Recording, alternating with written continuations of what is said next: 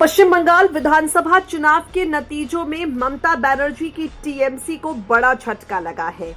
चुनावी नतीजे सामने आ जाने के बाद करारी हार के बाद पूर्व भारतीय क्रिकेटर और टीएमसी के निवर्तमान विधायक मनोज तिवारी ने ममता बनर्जी को बड़ा झटका दिया है। विधायक मनोज तिवारी का कहना है उनके लिए टीएमसी का अध्याय समाप्त हो चुका है। पूर्व भारतीय क्रिकेटर मनोज तिवारी आरोप लगाते हुए कहते हैं, पार्टी ने उन्हें हावड़ा की शिवपुर सीट से टिकट देने से इसलिए मना कर दिया क्योंकि उन्होंने 5 करोड़ रुपए देने से इनकार कर दिया था।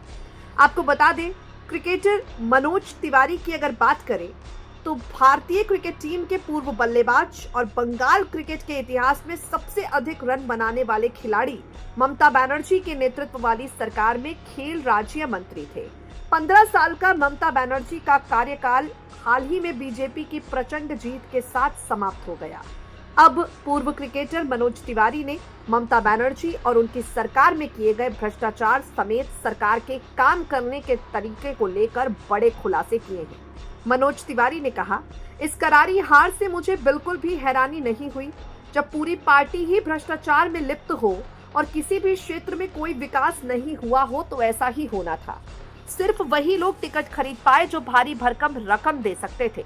इस बार कम से कम 70 से 72 उम्मीदवारों ने टिकट पाने के लिए 5 करोड़ रुपए दिए। मेरे से भी पैसे मांगे गए लेकिन मैंने देने से मना कर दिया। ये तो देखिए कि जिन लोगों ने पैसे दिए उनमें से कितने लोग चुनाव जीत पाए।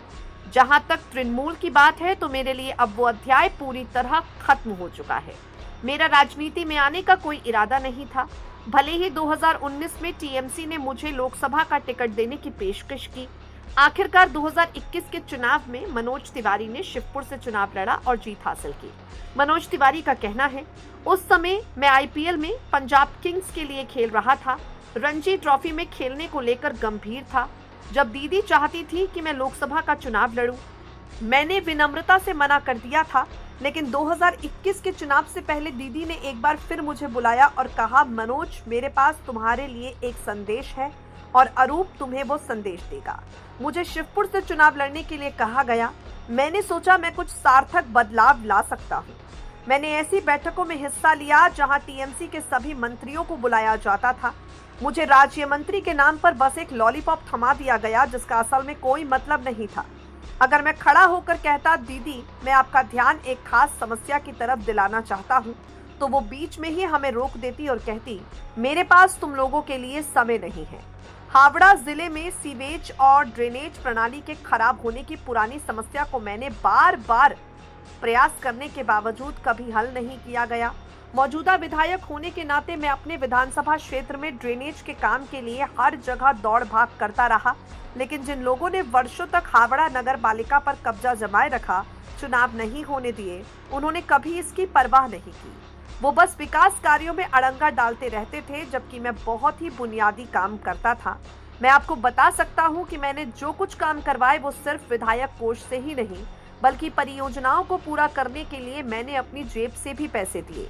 हर साल दीदी भूमिगत ड्रेनेज प्रणाली को बेहतर बनाने के लिए एक मास्टर प्लान की घोषणा करती थी, लेकिन बात बस घोषणा तक ही सीमित रहती, यानी सिर्फ कोरे वादे।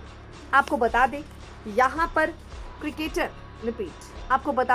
पर पूर्व क्रिकेटर मनोज तिवारी ने जो बयान दिए हैं, जिस तरह से आरोप लगाए हैं, उसके बाद चुनावी नतीजे सामने आने के बाद ममता बनर्जी को एक और बड़ा झटका लग गया है।